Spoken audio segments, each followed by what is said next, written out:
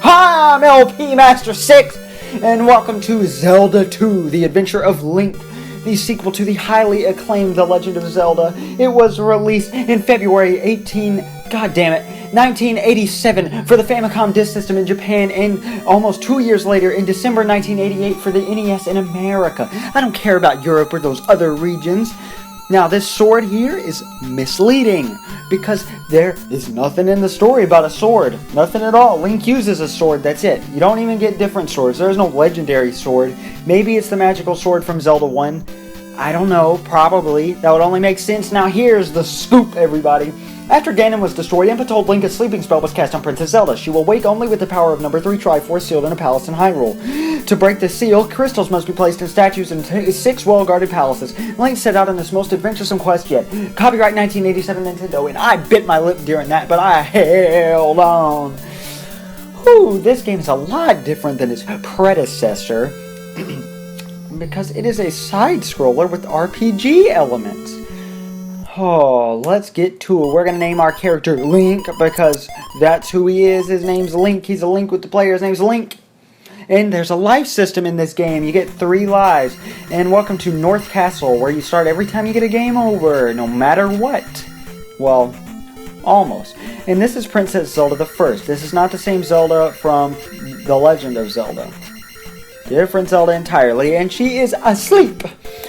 Oh, we're going to leave and go to the overworld. Okay, we can't walk on water. We're not Jesus. Now, this nice little yellow path that keeps you safe. I didn't mean to do that. These, oh god, these enemies, those are moblins, the spear guys. And these red enemies, gelatinous enemies, they're called bits. I didn't mean to get into a fight, but okay.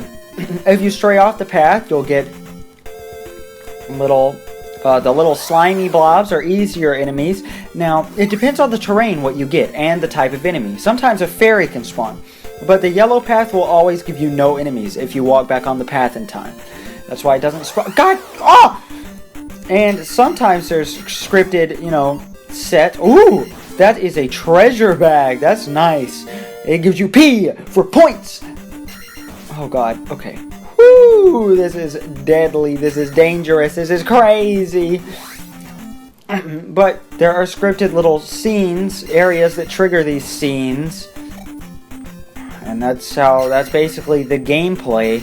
Is you find these little places, largely towns and palaces, and look, there's a scripted treasure bag. Oh, it's beautiful. And we level up. You can level up your attack, your magic, or your life. You don't get to choose. It's like that social psychological phenomenon where it sucks when people have to make choices. They are actually unhappy the more choices they have, in a sense. Now, in a democratic society, they're more happy with their freedoms, but they're not happy with having to make choices. Welcome to Raru, also known as Raru Town. And look, this is the first game we play with actual NPCs that just walk around and say things, and you actually press a button to talk to people. Also, Link has sword beams, and his regular range sucks, and the sword beams kind of suck. But, oh, you can't go in that house because there's nothing there. No, I want to talk to her. I haven't talked to her yet. No, stop!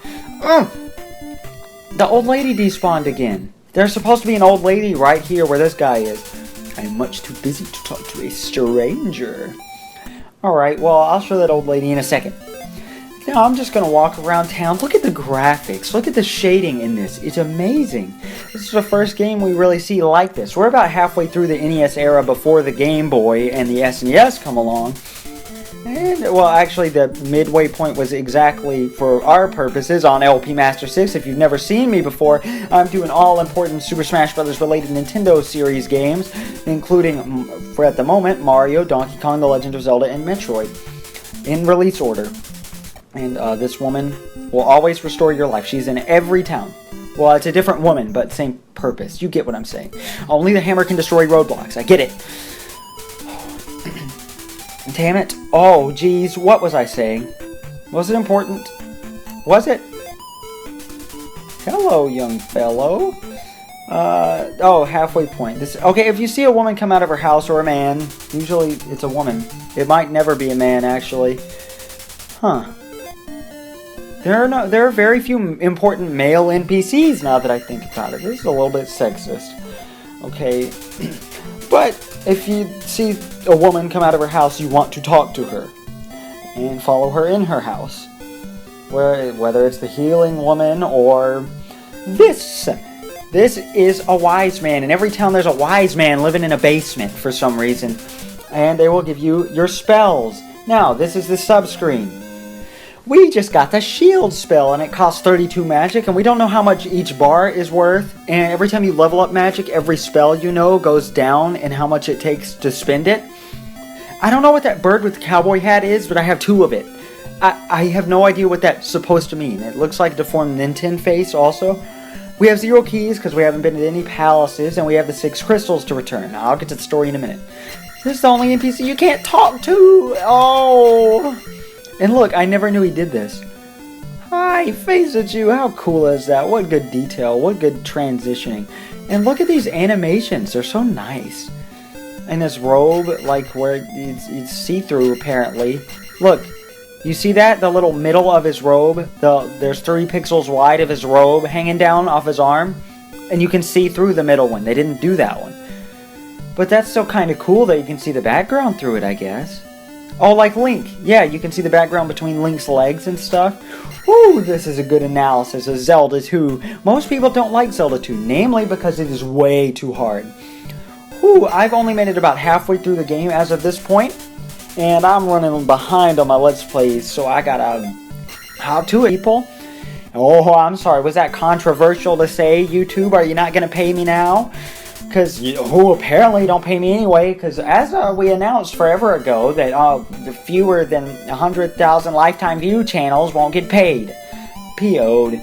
Don't waste your time reading the second sign in any town. It's the same as the first sign. It's disappointing, and it takes so long to scroll the text, and you get disappointed, and we're on our way to Parapa Cave. Ooh, it's useless, but it's nice. Ah, and we're headed to Parapa. We're in Parapa Cave right now. Don't go in any caves except for this one before you get the candle. As they were saying, you get the candle in the palace. Just like in Zelda 1, every dungeon has an item. Except every dungeon only has one important item. Well, sorta. There's an exception. I mean, not really. You get 1 key item per dungeon. That's basically what the point is. I'm sorry, am I boring you fellas? I did 10 takes earlier and they were all so dry and boring. Except for the second one. I got so tired I just had to take a dang nap, you know? This is where people most often die early in the game and get frustrated, like the chaotic Let's Player who opted out on joining me for this Let's Play. This is where people, they get their first game over, first death, because knockback and pits are awful. Knockback and pits, not knockback in pits. I mean, they're related, sure, but oh, it doesn't matter how many hits I take. The shield spell lets you take half damage of what you would normally. And to cast a spell, because it took me forever to figure this out as a kid when I tried playing it. Was I a kid? I don't know. I was old enough. You press start, you select the spell you want, and then you press select out of the menu. We got our first heart container! Oh, you gotta look around for these little secrets. I forget how many heart containers there are, but there's not very many. Oh, we gotta cross the bridge again. The classic NES edition guide by Prima Games, that terrible company that Nintendo relies on for all their guide purposes, except for Breath of the Wild, because they wanted that game to be perfect. That guide, not the game. And the game and the guide, they're the same thing. I don't know what these enemies are called. Any enemies I don't know the name of, don't remember the name of, I will pop on screen. And I'm ready for a level up for my attack. This is a bot, not a bit. This is a bot. I might have that backwards, but I think the red ones are bits and the blue ones are bots. And according to the different terrain, that's how you get different enemies to show up in the random spawning.